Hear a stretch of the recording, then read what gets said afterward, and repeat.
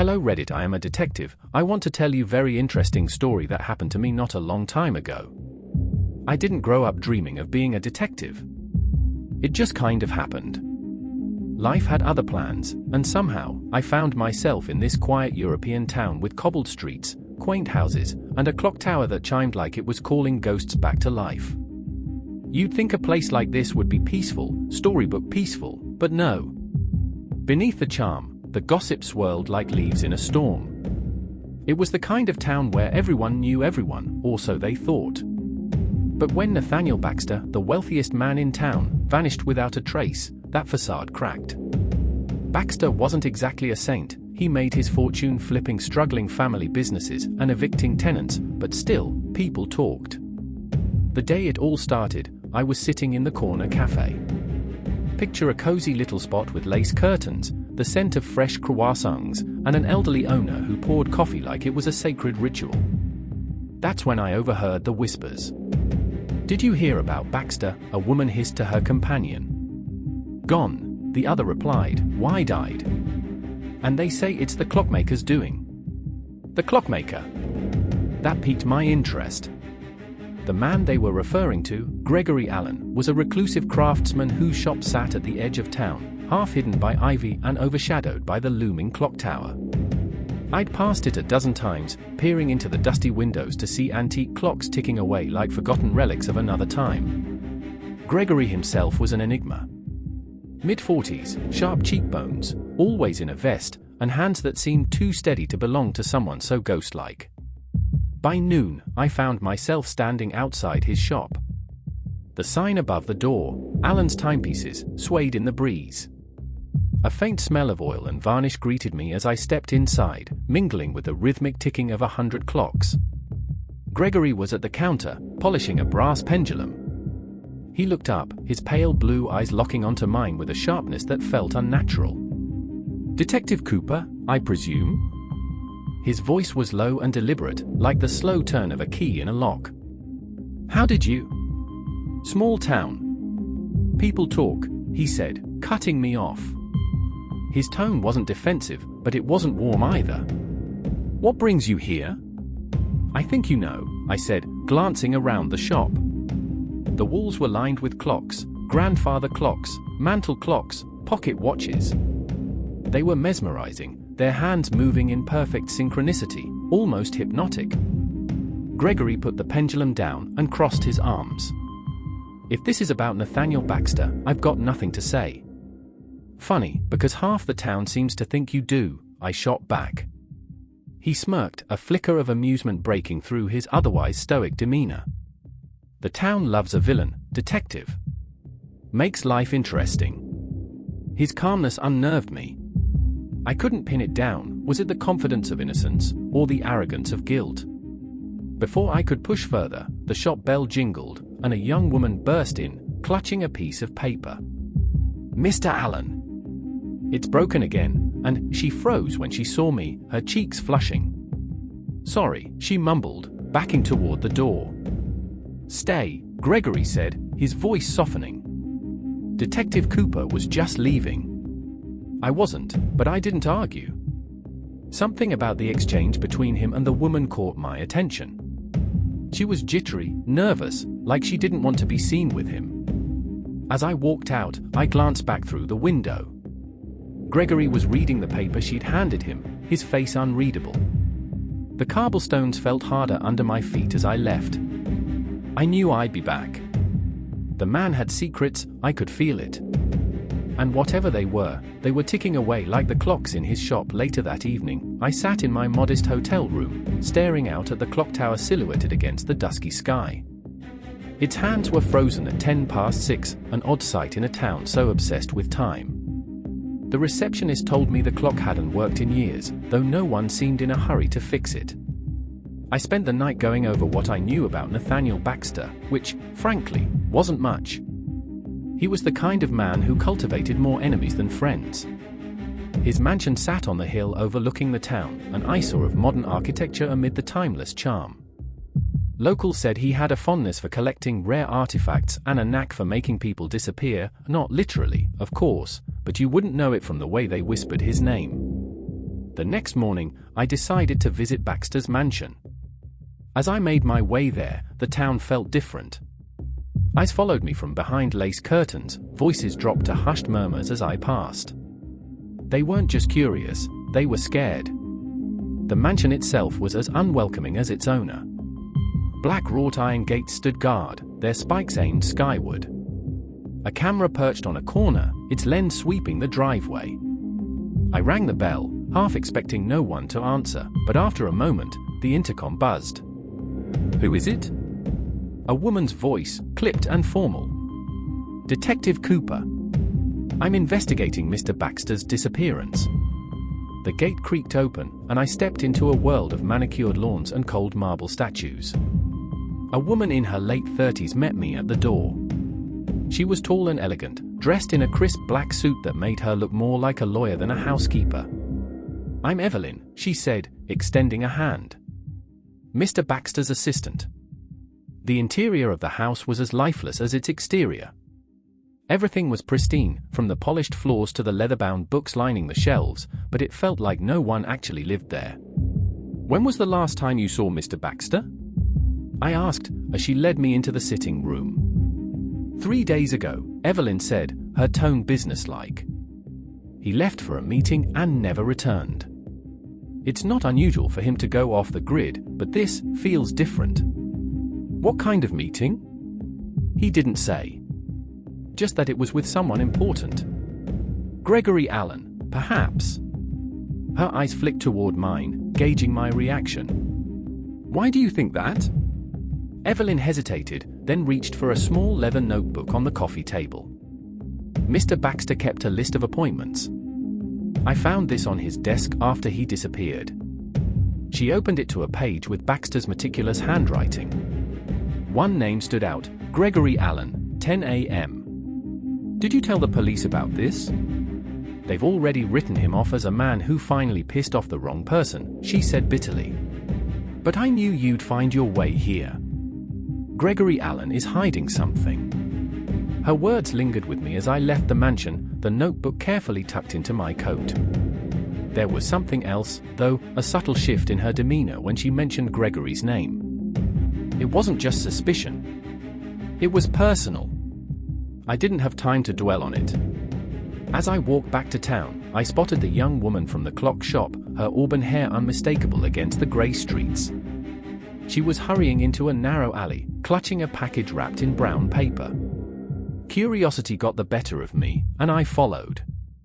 She darted into a side entrance of an old factory building, the kind that looked abandoned but wasn't quite forgotten. I lingered by the door, peeking through the cracked glass. Inside, Gregory Allen was waiting. He took the package from her hands and unwrapped it.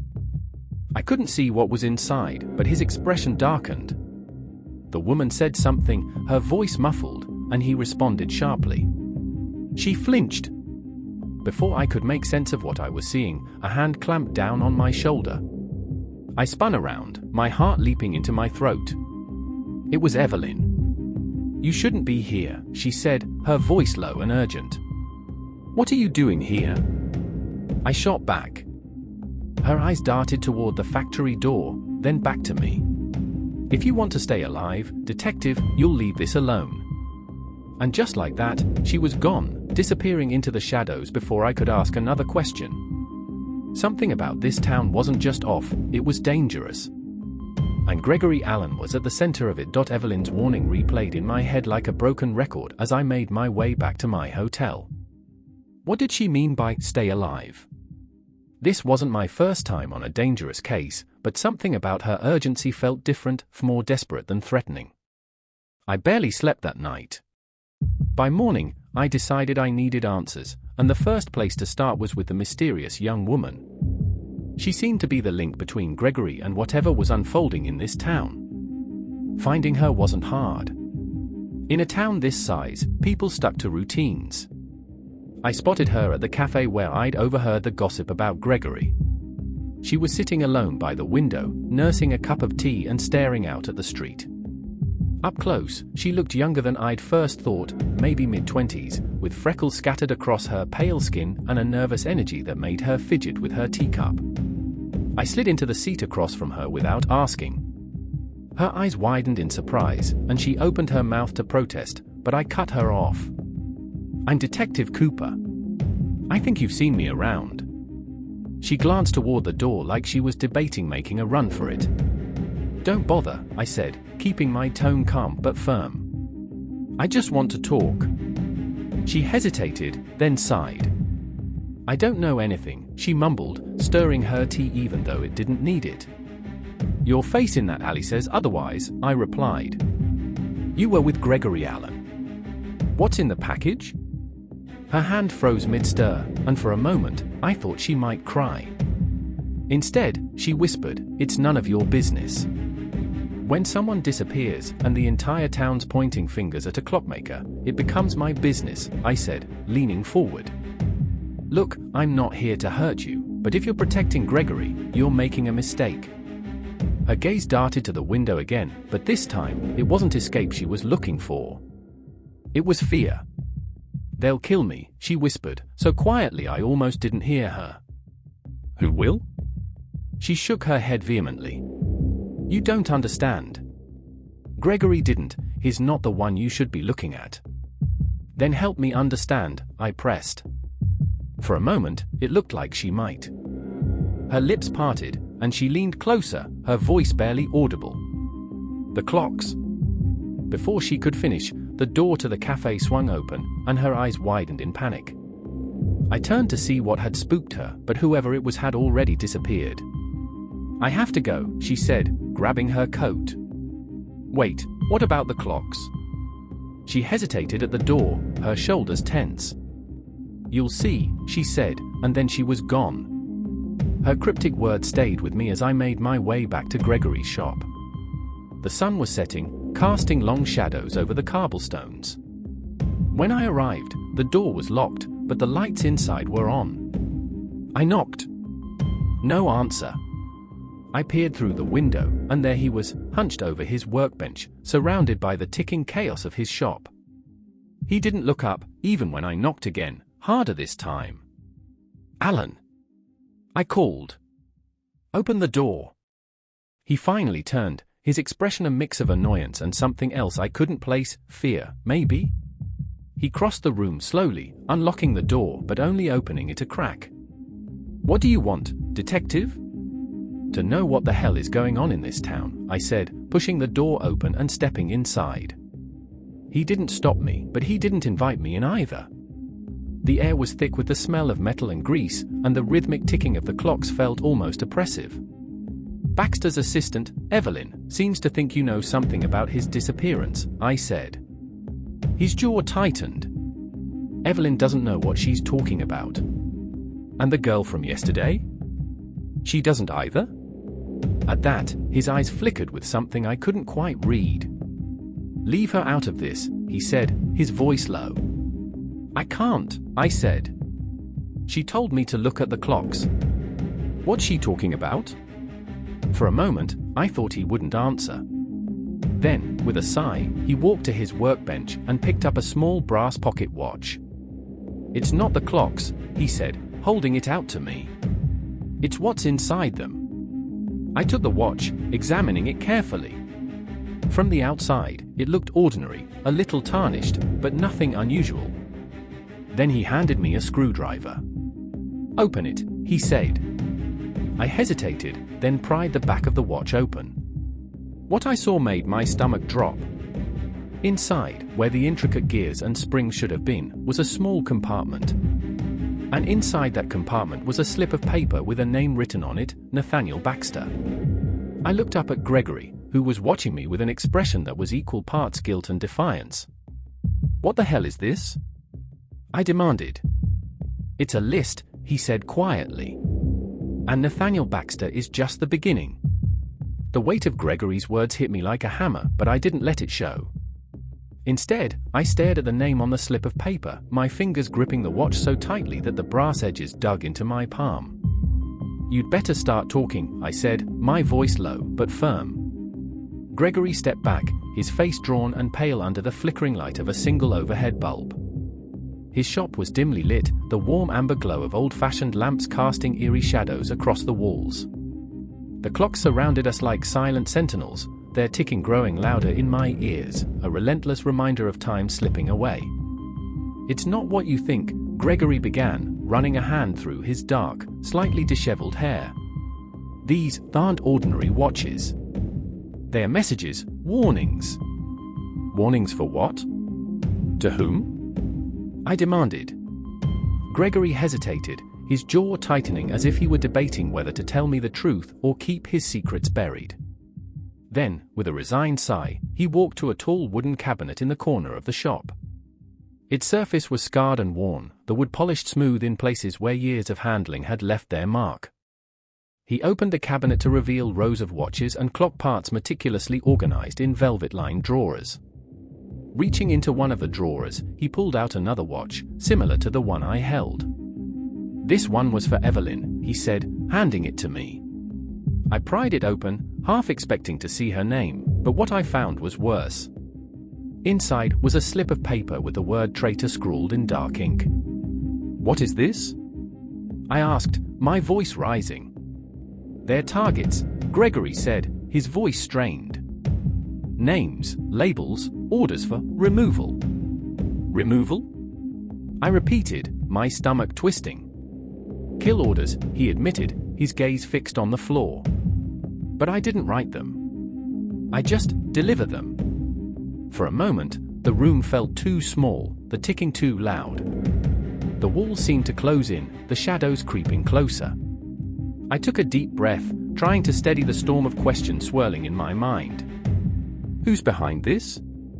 I asked, stepping closer to Gregory. He shook his head. "I don't know their real name. They call themselves the horologist. They control everything from the shadows. They supply the names, and I..." "You what?" I snapped. "You're their errand boy? Their lackey?" Gregory's eyes flashed with anger. "You think I had a choice? Do you know what they do to people who defy them? Baxter's not the first person to disappear, Detective. And if you keep digging, he won't be the last." Before I could respond, the shop door rattled violently, the bell above it jingling as someone tried to force it open. Gregory froze, his face draining of color. "Were you followed?" he hissed. "I don't think so," I said, though doubt crept into my voice. The door burst open with a loud crack, and two men in dark coats stormed in. They moved with precision, their faces obscured by scarves and hats pulled low. One of them brandished a knife, its blade glinting ominously in the dim light. Alan, the taller one, growled, his voice rough and gravelly. "You've been talking too much." Gregory backed away, his hands raised in a futile gesture of surrender. "I haven't said anything," he stammered. The other man's gaze landed on me. "Who's this?" "None of your business," I said, stepping in front of Gregory. "But if you're here for trouble, you found it." The knife wielder lunged at me, but I was quicker. Years of training kicked in as I sidestepped his attack and slammed his wrist against the edge of the counter, forcing him to drop the blade. The other man charged, but Gregory, to my surprise, grabbed a heavy clock pendulum and swung it like a bat, catching him square in the jaw. The shop erupted into chaos. Clocks fell from shelves, their glass faces shattering against the floor. The rhythmic ticking turned into a cacophony of crashes and clangs as gears and springs scattered like shrapnel. I managed to wrestle the first man to the ground, pinning him with my knee while Gregory stood over the second, who was clutching his bleeding face. "Who sent you?" I demanded, twisting the man's arm for emphasis. He let out a grunt of pain but said nothing. "Answer him!" Gregory shouted, his voice shaking. The man on the ground spat out a laugh, his teeth smeared with blood. "You're already dead," he sneered. "Both of you. The horologist doesn't forgive." Before I could press further, a sudden hiss filled the room. Smoke began pouring in through the vents, thick and acrid, burning my eyes and throat. "Gas!" Gregory shouted. We had no choice but to flee. I grabbed Gregory by the arm, dragging him out of the shop just as the smoke became unbearable. We stumbled into the street, coughing and gasping for air. Behind us, flames erupted inside the shop, the fire devouring the wooden walls and sending plumes of black smoke into the sky. Gregory sank to his knees, his face a mask of despair as he watched his life's work go up in flames. "This is only the beginning," he said, his voice barely audible over the crackling fire. And as I stood there, the heat of the flames warming my face, I realized he was right. The horologist wasn't just a name, it was a machine, precise and ruthless. And we were caught in its gears. We didn't stick around to watch Gregory's shop burn to the ground. The sirens were faint in the distance, but Gregory grabbed my arm with a panicked urgency. "They'll know I survived," he said, his voice trembling. "We have to go." "Go where?" I asked, but he was already moving, pulling me into the labyrinth of narrow alleyways that snaked through the town like veins. The air was damp and heavy, clinging to my skin as we darted past graffiti-covered walls and rusted fire escapes. The dim glow of streetlights cast jagged shadows that danced around us, making every corner feel like a trap. "This way," Gregory hissed, leading me to a decrepit building at the edge of town. The windows were boarded up, and the door hung loosely on its hinges, creaking ominously as he pushed it open.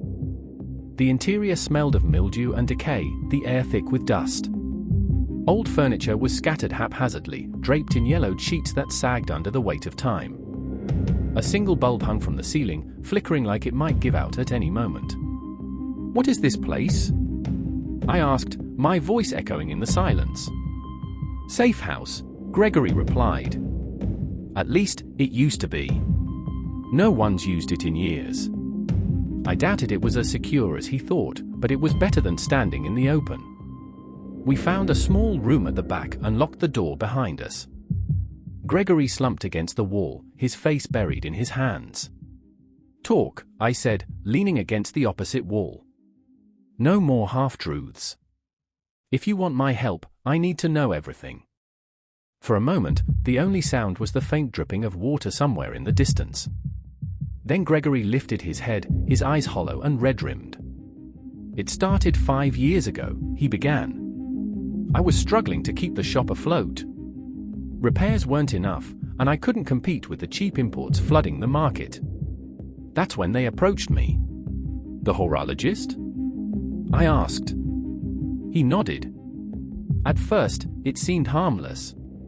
They commissioned custom watches, unique pieces I'd never seen before. They paid well, and I didn't ask questions. But then the orders changed. They wanted compartments added. Secret chambers. And the names started appearing. Why didn't you go to the police?" Gregory let out a bitter laugh. "You think they don't know? The horologist has their hands in everything, law enforcement, politicians, even the damn clock tower. They made it clear, if I talked, I'd end up like the others." I ran a hand through my hair, trying to piece it all together. "The girl at the cafe, what's her role in this?" "Claire?" Gregory said, his expression softening. "She's just a courier. A scared kid who got dragged into this mess because her family owes money to the wrong people. She doesn't know the full extent of it." I thought back to her cryptic warning about the clocks and the fear in her eyes. "She knows enough," I said. "Enough to be in danger." Gregory nodded, his face darkening. "We all are." Suddenly, a loud crash echoed through the building, followed by hurried footsteps. Gregory and I exchanged a glance, both of us frozen for a split second. "They found us," he whispered, his voice barely audible. I drew my gun, motioning for Gregory to stay behind me as we crept toward the door. The footsteps grew louder, accompanied by the creak of floorboards and the scrape of metal. "Detective Cooper," a voice called out, smooth and mocking. "We know you're in here.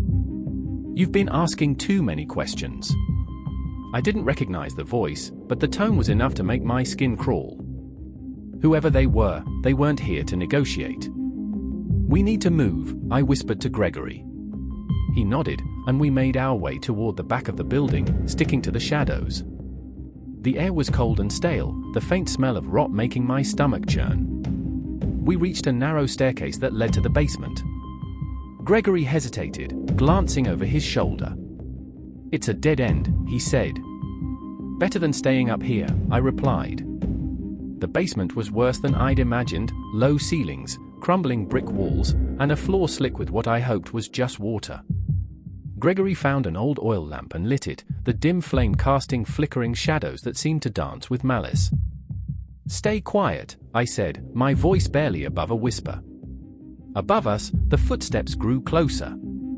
The floorboards groaned under their weight, and then came the sound of doors being kicked open. "They're thorough," Gregory muttered, his face pale in the lamplight. A sudden silence fell, the kind that makes your ears strain and your heart race. And then, bang! The trapdoor to the basement flew open, and a beam of light swept across the room. "Run!" I shouted, grabbing Gregory by the arm. We bolted through the basement, dodging piles of debris and broken furniture. The air was filled with shouts and the thunderous pounding of boots behind us. Ahead, I spotted a rusted metal grate covering an old storm drain. It was barely wide enough for a person, but it was our only chance. I tore the grate free with a grunt and shoved Gregory through, ignoring his protests. "Go!" I ordered, following him into the dark, narrow tunnel. The space was claustrophobic, the walls damp and slimy. The sound of water dripping echoed around us, mingling with the distant shouts of our pursuers. "Where does this lead?" Gregory asked, his voice trembling. "No idea," I admitted. "But it's better than staying there." As we crawled through the tunnel, the darkness pressed in, and the only sound was our ragged breathing. It felt like hours before we emerged into the cool night air, the tunnel spitting us out onto the banks of a sluggish, foul-smelling river. Gregory collapsed onto the muddy ground, gasping for breath. I scanned the area, my hand still on my gun, but there was no sign of the men who had attacked us. "We can't keep running," I said, helping Gregory to his feet. "If we want to stop this, we need to take the fight to them." Gregory looked at me, his eyes filled with a mix of fear and determination. "Then we'll need to go to the clock tower." "What's at the clock tower?" "The horologist's workshop," he said grimly. "And the truth you've been looking for." I glanced up at the towering silhouette in the distance, its broken hands frozen at 6:10. A chill ran down my spine. "Then let's finish this," I said. The clock tower loomed over the town like a silent guardian, its massive spire piercing the sky. By the time we reached its base, the town had fallen into a quiet, uneasy slumber. The moonlight painted the cobblestone streets in shades of silver and grey, but the tower itself seemed to absorb the light, its dark facade an imposing monolith against the night. "Are you sure about this?" Gregory asked, his voice barely above a whisper. I glanced at him. He looked exhausted, his face smeared with dirt and his hands trembling. But there was a steely determination in his eyes, a flicker of courage beneath the fear. "No," I admitted, "but it's the only way to end this." The tower's entrance was an iron door, weathered by time and covered in rust. It groaned loudly as Gregory pushed it open, the sound echoing through the stillness. Inside, the air was damp and cold, carrying the faint metallic tang of old machinery. The interior was a labyrinth of narrow staircases and winding corridors, the walls lined with crumbling brick and the floors covered in a thin layer of dust. We moved cautiously, the faint ticking of unseen mechanisms growing louder with each step. "This place used to be the heart of the town," Gregory said quietly as we ascended a spiraling staircase. "The clock tower kept everything running on time, trains, factories, even the church bells." "And now?" "Now it's just a shell," he replied. "At least, that's what everyone thinks." As we climbed higher, the air grew colder, and the ticking grew louder, almost deafening. The walls were etched with strange symbols, intricate patterns of gears and cogs intertwined with Latin phrases that I couldn't decipher. "What is this?" I asked, running my fingers over the carvings. "Blueprints," Gregory said. "The horologist uses them to design whatever it is they're building." I didn't like the sound of that. Finally, we reached a heavy wooden door reinforced with steel bands. Gregory hesitated, his hand hovering over the handle. "Wait," I said, stopping him. I pressed my ear to the door, straining to hear anything on the other side. There was a faint humming noise, like electricity coursing through wires, and the rhythmic click of gears turning in perfect harmony. "Whatever's in there, it's big," I whispered. Gregory nodded, and together we pushed the door open. The room beyond was massive, stretching the entire width of the tower. At its center stood a colossal machine, its gears and pistons gleaming in the dim light of dozens of lanterns. The contraption looked like a cross between a clock and an engine, its parts moving with precise, mechanical grace. But it wasn't the machine that caught my attention, it was the figure standing in front of it. The man was tall and gaunt, his face partially obscured by a brass mask that covered his eyes and forehead. He wore a long, dark coat, and his hands were covered in gloves that gleamed like polished steel. "Welcome," he said, his voice distorted by the mask, giving it an almost metallic quality. "Detective Cooper. I've been expecting you." I raised my gun, aiming it squarely at his chest. "Are you the horologist?" "I am," he replied, spreading his arms as if in invitation. "And you've come just in time to witness my greatest work." "What the hell is this?" I demanded, gesturing toward the machine. "This," the horologist said, his voice tinged with pride, "is the chronomechanism. A device that will allow me to control time itself, not just the hours and minutes of your mundane lives, but the very fabric of reality." "You're insane," Gregory muttered, his voice shaking. "Perhaps," the horologist said, turning to face the machine. "But madness and genius are often two sides of the same coin." I stepped closer, keeping my gun trained on him. "Why the murders? Why the secrecy? Every masterpiece requires sacrifices," he said, his tone casual. "The names you've seen, they were obstacles. Threats to the perfection of my vision. Their removal was necessary." "You're killing people for a machine," I said, my voice rising. "For a fantasy." "Fantasy," the horologist repeated, his voice sharp. "You think this is fantasy? You think time is something to be trifled with, to be wasted? No, detective. Time is power, and I will wield it." He turned back to the machine, flipping a switch on a nearby console. The room filled with a low hum, and the gears of the chronomechanism began to spin faster, their movement almost hypnotic. "Stop!" I shouted, stepping forward. The horologist laughed. "You're too late. The process has already begun." Before I could react, Gregory lunged forward, grabbing a wrench from a nearby table. He swung it at the console, shattering the controls in a spray of sparks. "No," the horologist screamed, rushing toward Gregory. I fired a warning shot, the bullet ricocheting off a metal beam. The horologist froze, his mask tilting toward me. "This ends now," I said, my voice steady. The chronomechanism began to shudder, its gears grinding as smoke billowed from the damaged console. The floor trembled beneath our feet, and I grabbed Gregory, pulling him away from the machine. "You don't understand," the horologist said, his voice desperate. "If it shuts down now, it will." A deafening explosion cut him off, and the room was engulfed in light and sound. The force of the blast threw me against the wall, the air knocked from my lungs. When I opened my eyes, the room was in ruins. The chronomechanism was a twisted heap of metal, its intricate parts scattered like the broken pieces of a puzzle.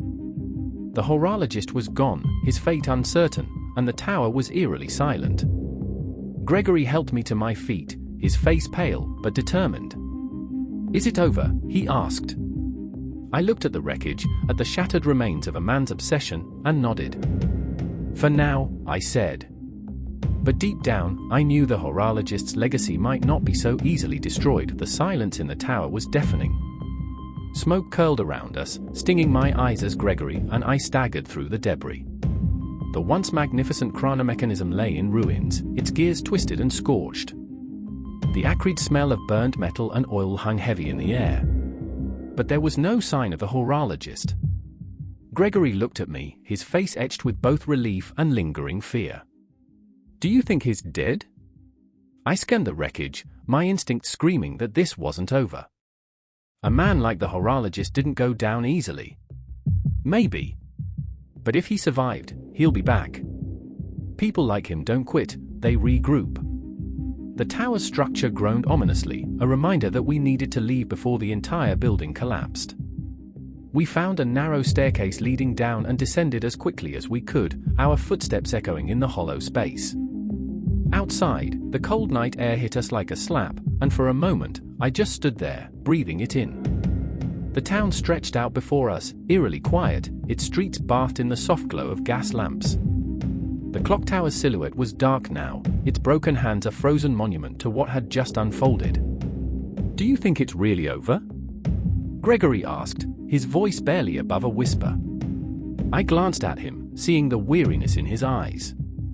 He'd lost everything, his shop, his livelihood, and whatever semblance of safety he thought he had.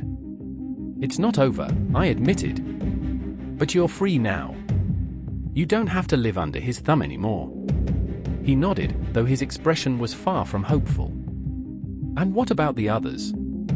"Claire, the people on those lists." "We'll find them," I said. "We'll make sure they're safe."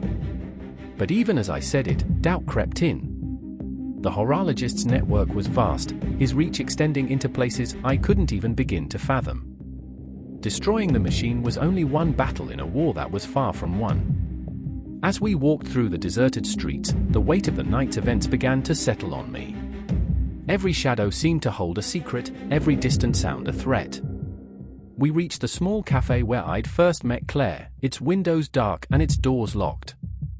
Gregory hesitated, glancing at the building. "She's probably hiding," he said. "She'll need to be careful," I replied. "If the horologist is still alive, he won't forget her." Gregory looked at me, his expression a mixture of gratitude and uncertainty. "What now, detective?" I stared up at the stars, their cold light doing little to dispel the darkness in my mind. "Now, we gather evidence. We find out who the horologist really is and how far his network goes. And then we shut it down for good." He didn't look convinced, but he nodded anyway. As the first hints of dawn began to creep over the horizon, we parted ways, Gregory disappearing into the shadows of the town, and me heading back to my office. 2 weeks later, the aftermath of the clock tower incident was still unfolding. The fire at Gregory's shop had been ruled an accident, though I knew better. Claire had gone underground, her whereabouts unknown, and the town seemed eager to forget the strange events that had unfolded. But I couldn't forget. Late one night, as I sat in my office poring over case files, a package arrived. The envelope was unmarked, its contents a single watch. The design was simple but elegant, its brass surface polished to a mirror shine. When I opened it, a slip of paper fell out. It read, "Time waits for no one, detective." But I do. No name, no signature. But I knew who it was from. The horologist wasn't gone. He was watching. Waiting. And the clock was ticking. That's all for now. Now I'm sitting in my office holding that very watch. The police are still investigating the mechanism, but they didn't see anything interesting in it. I'm writing this story right now. Maybe someone has a guess or questions, what and how to continue. This story is as strange as possible for me. Dubto would be an episode of the movie. Write your guesses in the comments.